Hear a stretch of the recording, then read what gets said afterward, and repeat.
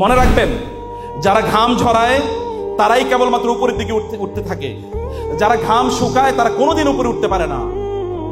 আপনি তো ফিজিক্যালি সুস্থ থাকেন ঘাম ঝরালে, আর স্পিরিচুয়ালি সুস্থতার কথা তো বাদই দিলাম।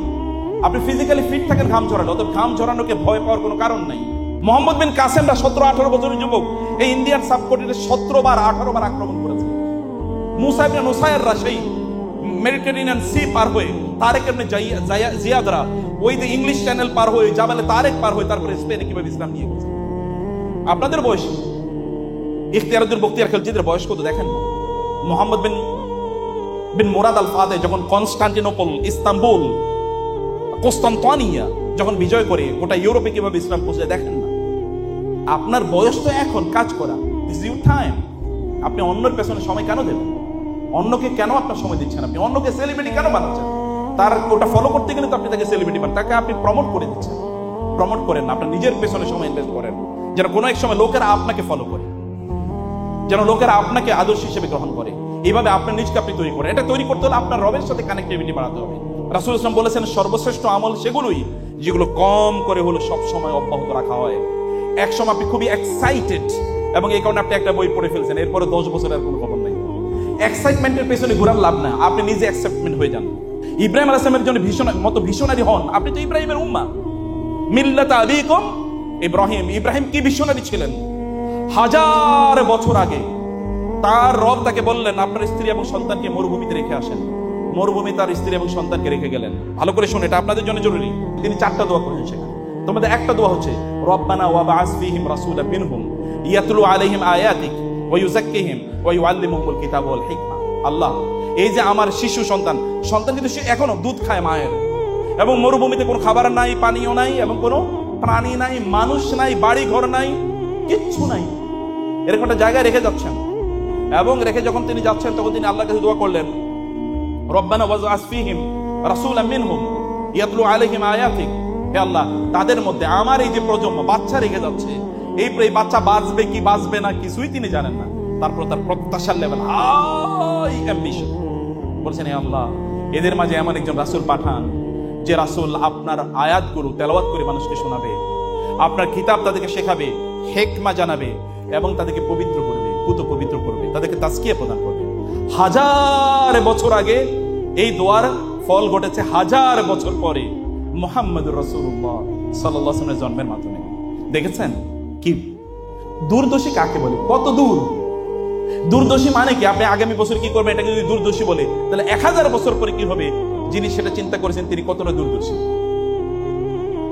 কতটা দূরদর্শী। আপনাকে এরকম দূরদর্শী হওয়া লাগে। প্রচুর পরিমাণ পড়েন, অন্যকে সময় দেওয়ার দরকার নাই। টক্সিক পিপল যারা আছে চারিদিকে, তাদের কাছ থেকে আপনাদের নিজকে ডিসকানেক্টেড করে ফেলেন। প্রয়োজনে সোশ্যাল মিডিয়া আপনার মোবাইল থেকে ডিলিট করে দেন। আপনি সোশ্যাল মিডিয়াতে করবেন, আচ্ছা অমুক সেলিব্রিটির ফলো করে আপনার লাভ কি? আপনি নিজে সেলিব্রিটি হন, ওরে ফলো করে আপনার লাভ।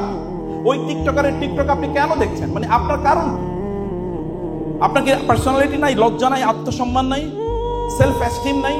সেলফ এস্টিম বুঝেন তো? সেলফ এস্টিম আত্মমর্যাদা।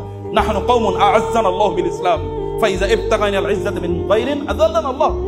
আল্লাহ তো আপনাদেরকে ইনহেরেন্টলি মর্যাদা প্রদান করেছেন, সে কারণে আপনার এভরি সেকেন্ড এটা ম্যাটার করে, প্রত্যেকটা মুহূর্ত ম্যাটার করে।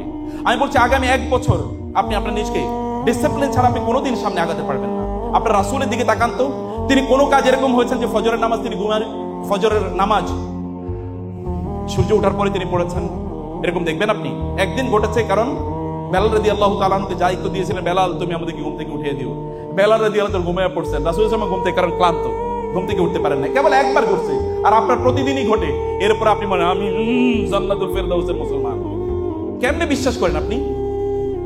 আপনার ঈমানের আইডেন্টিটি কই? আপনি ঘুম থেকে উঠতে পারেন না সকালবেলা, আপনার বিছানা থেকে আপনি উঠতে পারেন, আপনি গোটা পৃথিবী কিভাবে দখল করবেন, নিয়ন্ত্রণ করবেন, গোটা পৃথিবী কিভাবে শাসন করবেন?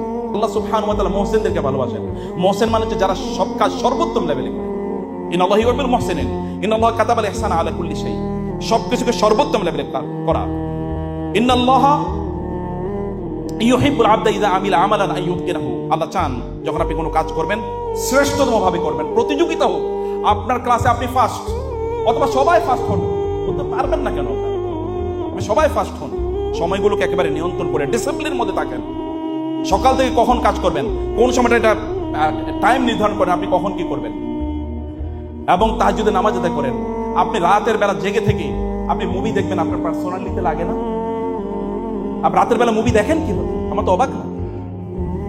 রাতের বেলা আপনি কিভাবে মানে বসে ফেসবুকে আপনি 2-3 ঘন্টা বসে আছেন, এটা তো এক ধরনের কি ফেসবুকের যে অ্যালগরিদম, এখানে তো ইয়ে দেওয়া আছে, মাদক জিনিস, মানে আপনার ডোপামিন যেন অনেক এখান থেকে বের হয়, সেরকম জিনিস এখানে দেওয়া আছে। আপনি সেজদায় লুটিয়ে পড়েন, সেজদায় লুটিয়ে না পড়লে কোনোদিন আপনি কিছু করতে পারবেন না।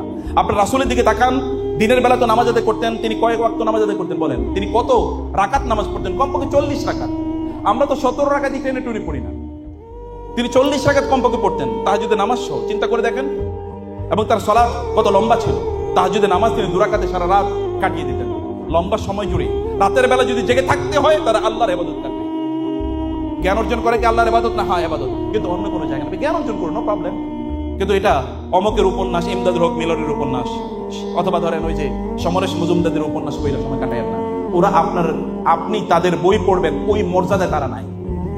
আপনার মর্যাদা আরো উঁচু, আপনার মর্যাদা আরো উঁচু। আপনি ওরে এলিট কেন বানাইতেছেন? আপনি তো তার চেয়ে অনেক বড় এলিটিস্ট। সেই জায়গায় আপনি নিজকে নিয়ে যাবেন না। লাস্ট আমার মনে হয় 10 মিনিটের মধ্যে আমি এবার আপনাদের প্রফেশনাল লাইফের কিছু কয়েকটা জিনিস আমি আপনাদেরকে বলি। বন্ধুরা, বলেছি যে আপনাদেরকে আল্লাহ সুবহানাহু ওয়া তাআলার সাথে কানেক্টিভিটি, রিলেশন ইত্যাদি বাড়ানোর জন্য আপনাদেরকে চেষ্টা করতে হবে। আপনাদেরকে আদর্শ হওয়া দরকার এবং আপনারা অন্যদেরকে চারপাশে ভালো মানুষ তৈরি করেন। রাসূল সাল্লাল্লাহু আলাইহি ওয়াসাল্লামের সর্বশ্রেষ্ঠ বৈশিষ্ট্য কি জানেন? যদি বলা হতো যে রাসূল সাল্লাল্লাহু আলাইহি ওয়াসাল্লামের সর্বশ্রেষ্ঠ বৈশিষ্ট্য কি, আমাকে যদি বলা হতো, আমি বলতাম মানব ইতিহাসে একমাত্র মানুষ যিনি হাজার হাজার মানুষ তৈরি করেছেন যারা তার শ্যাডো, তার প্রতিবিম্ব, তার ছায়া। একটা ওমরের মতো, একটা আবু বকরের মতো মানুষ এই গোটা পৃথিবী আরেকজনকে দেখেছে? কেবল নবীদের পরে আবু বকরের মতো মানুষ এই গোটা পৃথিবী আরেকজনও দেখে নাই। ওমরের মতো মানুষ গোটা পৃথিবী আরেকজনও দেখে নাই। ওসমানের মতো মানুষ গোটা পৃথিবী আরেকজনও দেখে নাই। এবং আলীর মতো মানুষ গোটা পৃথিবী আরেকজন দেখে নাই। একজন খালিদ ইবনে ওয়ালিদের মতো মানুষ কি গোটা পৃথিবী আরেকজনও দেখে নাই। এরকম হাজার হাজার মানুষ তিনি তৈরি করেছেন। আপনাদের চারপাশে এরকম ভালো মানুষ বানান, বন্ধুদেরকে এরকম বানান, ওদেরকে পরামর্শ দেন। যে বন্ধুরা কেবল মানুষের গীবত করবে, শিকায়াত করবে, কেবল নিন্দা করবে, অথবা বিভিন্ন ধরনের পরচর্চা করবে, এদেরকে বন্ধ করেন। বিশেষ করে যারা মেয়েদেরকে নিয়ে আলোচনা করবে, অমুকের দেখতে অমন, তমুকের, এদেরকে দ্রুত অ্যাভয়েড করেন। ওরা নিজেরাও শেষ, আপনাদেরকে শেষ করে দেবে। যদি বিবাহিত জীবনের প্রকৃত স্বাদ পেতে চান, তাহলে বিয়ের আগে, বিয়ের পরে যেটা করবেন এটা বিয়ের আগে করে ফেলাই। কথা বুঝেন না আপনারা? বিয়ের আগে যেটা, বিয়ের পরে যেটা করবেন এটা বিয়ের আগে করবে না। বিয়ের পরে কি? বিয়ের পরে লাভ। আল্লাহ বলেছেন ওয়াজআলা বাইনাকুম মাওয়াদ্দাতাও ওয়া রাহমা। স্বামী এবং স্ত্রীর মধ্যে আল্লাহ সুবহানাহু ওয়া তাআলা একিউট লাভ তৈরি করে দিয়েছেন। এখন আপনি বিয়ের আগে বলেন আই লাভ ইউ এবং আমি তোমারে না দেখলে বাঁচি না, তাহলে বুঝবেন এটা পুরোটাই ফেক। আপনার জীবনটাই আপনি শেষ করে দিলেন। আগেই যদি, বিয়ের আগে যদি এই কথা বলেন, তাহলে বিয়ের পরে বলবেন কি? এখন বলছেন আই লাভ ইউ, বিয়ের পরে বলেন আই হেট ইউ। কারণ আই লাভ ইউ তো আগেই বলা শেষ, যেমন বলা বাকি আছে কেবল আই হেট ইউ, তাই না? বিয়ের আগে রোমান্টিসিজম, এটা পুরোটা একটা নষ্ট কালচার। এটা করবেন না যদি পরবর্তী মজা পেতে চান। স্যারদেরকে জিজ্ঞেস করেন এবং দেখবেন বলা হয় হুজুরদের জীবন নাকি খুবই, তাদের স্বামী স্ত্রীর মধ্যকার কেমিস্ট্রি খুবই ভালো। স্বামী স্ত্রীর মধ্যকার কেমিস্ট্রি, ফিজিক্স তো সবাই আলোচনা করে, আলোচনা তো হলো কেমিস্ট্রি। স্বামী স্ত্রীর কেমিস্ট্রি সবচেয়ে ভালো এটা হুজুরদের মধ্যে। কারণ কি জানেন?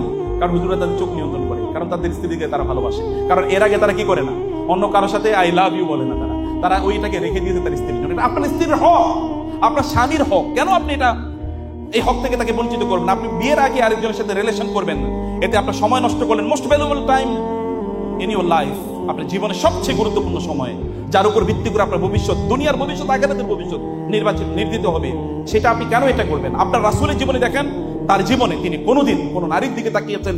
You can never report.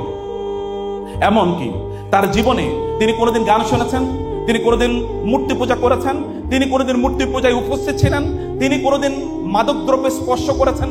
এটা কেউ রিপোর্ট করতে পারে। নবুয়তের আগেও না, নবুয়তের পর তো প্রশ্নই আসে না। আপনারা তো তার উম্মত না, তাহলে তার মর্যাদা তো আপনাদের মাঝে থাকতেই হবে। তিনি নবী হওয়ার আগের কথা বলি, বলেন তো, নবী হওয়ার আগেই তো লোকেরা তাকে বলতো আল আমিন আস-সাদিক। তিনি কোনোদিন মিথ্যা কথা বলেন নাই, তিনি পরম বিশ্বস্ত। এই বিশ্বস্ততার লেভেল তো চরিত্রের ইস্যু। আপনার বোনেরা মনে করুক যে আমার এই ভাই, তার কারণে আমার কোনোদিন কোনো মানে পেরেশানির কোনো কারণ নাই, যে তার কারণে, তার মাধ্যমে আমার কোনো ক্ষতি হবে, কোনোদিন ভাবতে পারে না। তার মানে এখন ঠিক আছে, তুমি আমার ধর্মের ভাই, ধর্মের বোন, চল এবার আমরা একটু আড্ডা দিই নাকি? নো, নেভার, কোনো অবস্থায় না।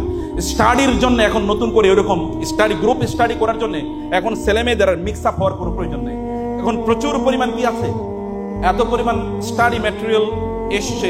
আমি এআই এর উপর আপনাদেরকে নির্ভর করতে নিষেধ করবো। এআই আপনাকে প্যারালাইজ করে ফেলবে, এটা নির্ভর কম করবেন। কিন্তু তারপর তো অনলাইন রিসোর্সেস অ্যাভেলেবল, সেগুলো আপনি শোনেন, সেগুলো আপনি দেখেন, সেগুলো আপনি পড়েন। অথবা ভাইরা করেন, বোনরা করেন, স্টাডি সার্কেল করেন বা স্টাডি গ্রুপ করেন। কিন্তু ভাই বোন এবং মিক্স আপ এটা করবেন না, এটা আপনি অথবা পরে বুঝবেন।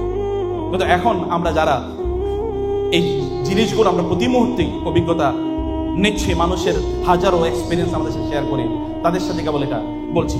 আপনার যখন এরপরে আপনি কি করবেন, আপনি এখান থেকে এখনই আপনি জ্ঞান অর্জন করেন। আপনারা প্রচুর সময় দেন, যখন আপনারা মেডিকেল কলেজে মানে ইয়েতে যান, হসপিটালে যান।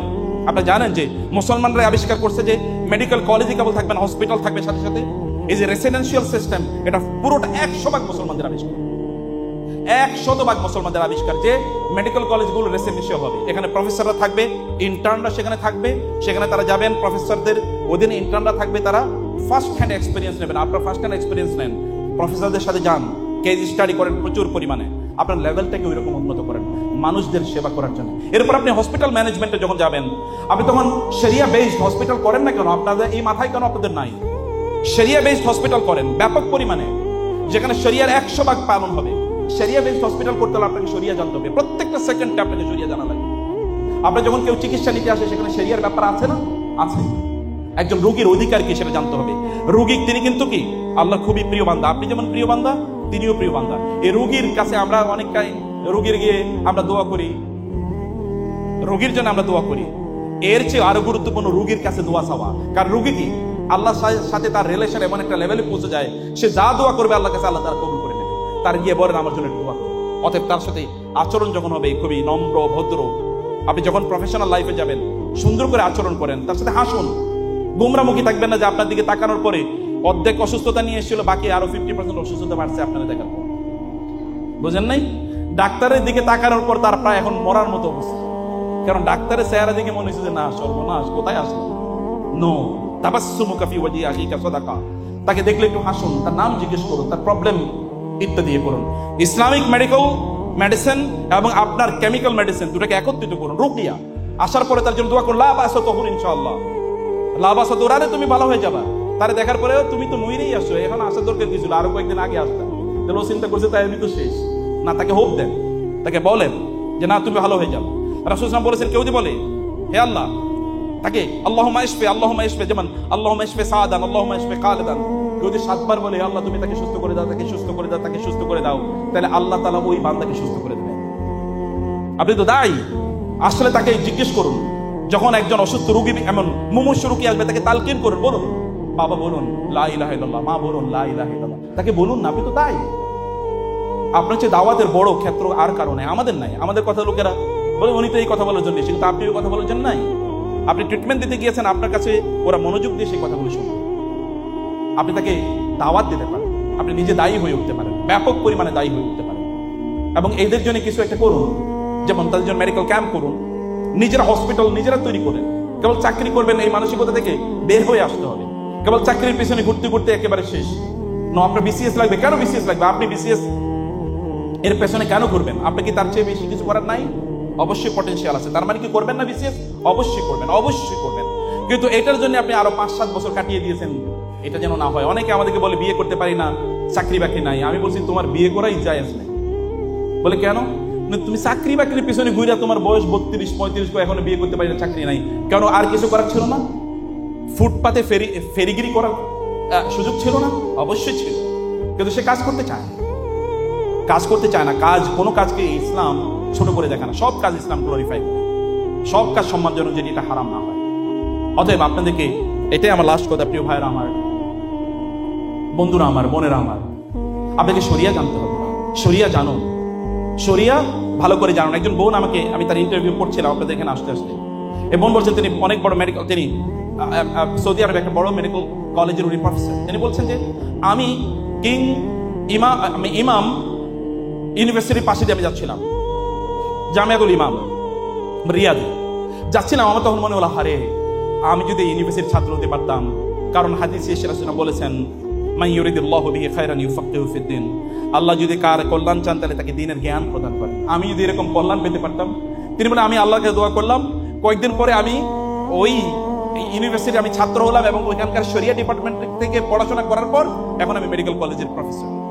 আমি দুটার ব্লেন্ডিং করছি, আমি দুটার ব্লেন্ডিং করতে হবে। শরিয়াকে আপনাকে জানতে হবে। আপনার কাছে যখন একজন নারী পেশেন্ট আসবে তখন আপনি তার দিকে কিভাবে তাকাবেন, অথবা একজন পুরুষ বোনরা দেখা যায় আপনার পুরুষ পেশেন্ট যখন আসবে তখন কিভাবে তাকাবেন, তার সাথে কিভাবে ডিল করবেন, এগুলো শরিয়ার ইস্যু। যখন একজন সারোগেসির জন্য আপনার কাছে আসবে, আইভিএফ এর জন্য আপনার কাছে আসবে, টেস্ট টিউব বেবি এর ইস্যুতে আপনার আসবে। কয়েকদিন আগে আপনার শুনেছেন মিল্ক ব্যাংক, এখন হচ্ছে কি আপনার ওই যে স্পার্ম ব্যাংক। এটা শরিয়া কি বলে এটা শুনেন না, জানেন না। শরিয়া না জানলে তো আপনি প্রত্যেকটা মুহূর্তে কবিরা গুনাহ করবেন অথবা আপনি অপরাধ করে ফেলবেন। কেউ না একজন এসে অ্যাবর্শন করার জন্য কোন প্রেক্ষাপটে জায়েজ আছে এটা আপনাকে দেখতে হবে, জানতে হবে কোন প্রেক্ষাপটে জায়েজ। মিসক্যারেজ হয়ে গেছে তার জন্য এরপরে শরিয়া মানদণ্ড কি এটা আপনাকে বলতে হবে না, এটা আপনাকে জানতে হবে। এগুলো শরিয়ার ইস্যু। শরিয়া না জানলে আপনি কোনোদিন সঠিক মতো আপনি মেডিকেল প্র্যাকটিস করতে পারবেন না। আপনি জানেন যে যখন কোন একজন ব্যক্তি একেবারে মারা যাবে অবস্থা, এখন কি করবেন আপনি? ইউথানাসিয়া, এখন তাকে করবেন কি? ডিএনআর একটা আছে না, তাই না? Do not resuscitate. তো এখন এই অবস্থায় তার জীবনকে আপনি প্রলম্বিত করবেন নাকি তার এখনই আপনি ওই যে তার উইথড্র করবেন, এরপরে তার মারা যাবে, কোনটা করবেন? এগুলো শরিয়া জানতে হবে আপনাকে। শরিয়া জানার জন্য পড়ুন। এক ভাইয়ের তিনি বলছিলেন যে আমার মনে হচ্ছে আমি কোরআন, আপনাদের মতো ছাত্র বলে আমার কোরআন মুখস্থ করা দরকার ছিল, কারণ আমি তারাবির নামাজে উপস্থিত হয়েছি। একজন কোরআন তেলাওয়াত করার পরে অনেকে দেখলাম কাঁদলো। আমার মনে হলো যে আমি কোরআন বুঝলাম না, আমি কি করলাম তাই? আমি কোরআন বুঝলাম না, অন্যরা কাঁদতেছে, আমি কাঁদতে পারতেছি না। তিনি বললেন আমি সিদ্ধান্ত নিলাম আমি কোরআন হিফজ করবো। এখন সে ইন্টারভিউতে বলেছে আমি এখন কোরআনের হাফেজ, মেডিকেল ছাত্র। এখানে ভর্তি হওয়ার পর আপনি প্রতিদিন 10 আয়াত করে মুখস্থ করে দেখেন কতদিন। আপনি তো মোস্ট ব্রিলিয়েন্ট স্টুডেন্ট, আপনি 10 আয়াত করে মুখস্থ করে দেখেন কয়েক বছরের মধ্যে আপনার কোরআন হিফজ হয়ে যাবে। But you will have to take the initiative. মহান আল্লাহ সুবহানাহু ওয়া তাআলা আমরা যেন সত্যিকার অর্থে আমরা যেন উম্মার জন্য শ্রেষ্ঠতম সম্পদ হতে পারি, আল্লাহ তাআলা আমাদেরকে সেই তৌফিক দান করুন। আল্লাহুম্মা আমিন।